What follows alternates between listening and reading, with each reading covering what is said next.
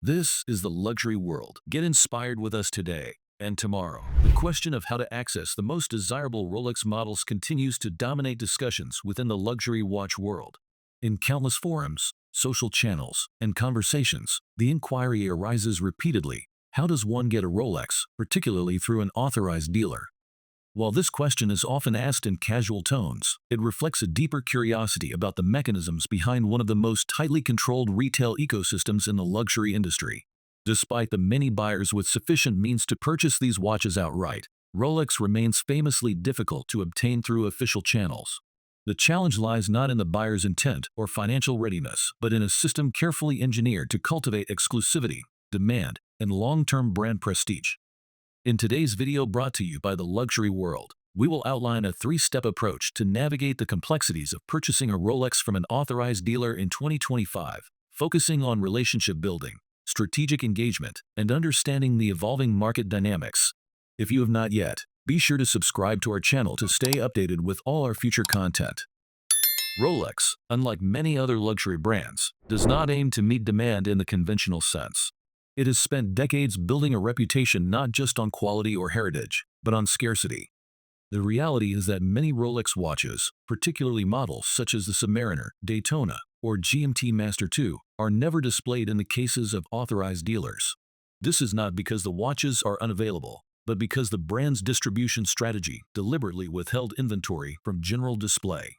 Instead, watches are kept in backrooms, allocated only to selected clients at the discretion of the dealer. This creates the illusion of rarity, a marketing strategy that has proved immensely successful in maintaining Rolex's dominant position in the luxury space. For the average consumer walking into an authorized dealer for the first time, this creates a significant barrier. Expressing interest in a popular Rolex model is, more often than not, met with polite redirection. Despite having funds ready, many clients are told there are no watches available, or that they must join an indefinite waitlist. This situation has less to do with availability and more to do with hierarchy. Authorized dealers receive hundreds of similar requests every week. Given the high demand, authorized dealers are in a position to choose recipients for each allocation, often basing the decision on a mix of purchase history, personal rapport, and perceived long-term value to the store. One of the most reliable methods of gaining access to a Rolex is through consistent and substantial spending. Dealers, being businesses, reward clients who help maintain profitability. Buyers who purchase from the broader product catalog, especially high-margin jewelry, non-Rolex watches, or full gold Rolex models, are often seen as valuable clients. Their investment is not just financial. It signifies loyalty and a willingness to support the authorized dealers beyond simply cherry-picking desirable references. Many have built up credibility over time by purchasing across multiple visits, slowly increasing their profile in the eyes of sales associates and managers. While some individuals spend tens or hundreds of thousands in this pursuit, there is always someone higher on the ladder. However, not every allocation is won through high spending. Alternative routes exist.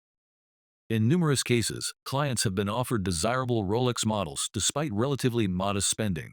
The key difference is often the quality of the relationship established with store personnel.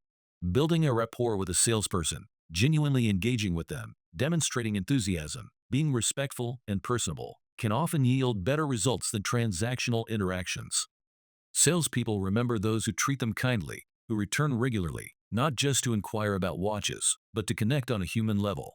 In a world where many clients approach authorized dealers with entitlement or impatience, a client who is honest, courteous, and authentic can stand out. In this sense, the Rolex allocation process mirrors other aspects of high-end sales. People prefer doing business with those they like and trust. Another angle that has proven effective for some is aligning their personal story or lifestyle with the heritage of the Rolex brand. Many of Rolex's most iconic models were not designed as luxury statements, but as professional tools. The GMT Master was built for airline pilots, the Submariner for divers, the Explorer for mountaineers, and the Daytona for racing drivers. When a client's lifestyle genuinely aligns with these stories, it provides a compelling reason for allocation. A commercial airline pilot inquiring about a GMT Master II, for example, presents a narrative that fits the model's intended purpose. Similarly, a diver seeking a Submariner, or a climber interested in the Explorer, reinforces the idea that Rolex watches are being placed in the hands of those who will use them as intended. In such cases, the authorized dealer is not just selling a watch, they are continuing the Rolex legacy. These narratives justify staff when explaining allocation decisions, particularly when they must account for why certain clients are prioritized over others.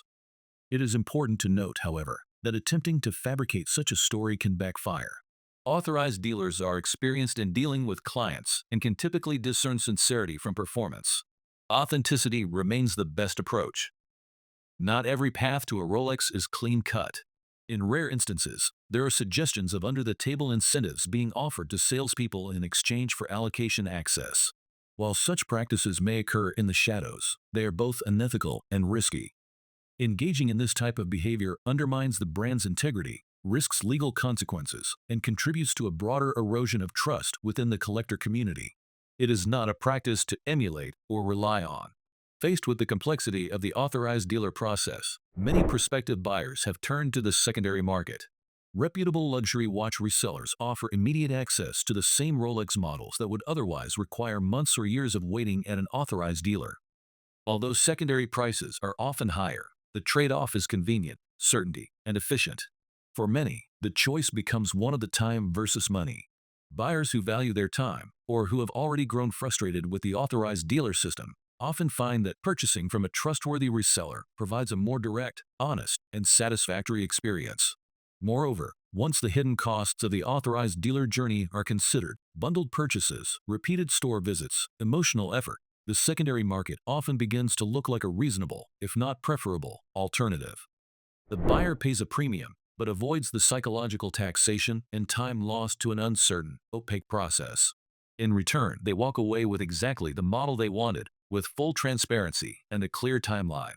From the perspective of luxury watch dealers, decisions on which Rolex models to stock are driven by a combination of demand, pricing strategy, and product condition. Liquidity is paramount. Dealers aim to stock watches that are easy to sell, and that means focusing on highly sought-after references. The Daytona with the white panda dial, the GMT-Master II in the Pepsi and Batman configurations, and the Submariner date are all examples of Rolex watches that move quickly and retain strong market interest. These models are considered reliable inventory choices, with a wide base of potential buyers. Condition and production year also play significant roles. Most buyers prefer newer models, ideally from the current or previous production year. Unworn or mint-condition watches are especially desirable, as they represent not only better aesthetics, but also higher long-term resale value. In some cases, buyers will overlook slight price premiums to secure a pristine watch with full box and papers, knowing that these details contribute to collectability and future liquidity. Pricing strategy further refines a dealer's inventory decisions. The most active segment of the market lies between £10,000 and £15,000.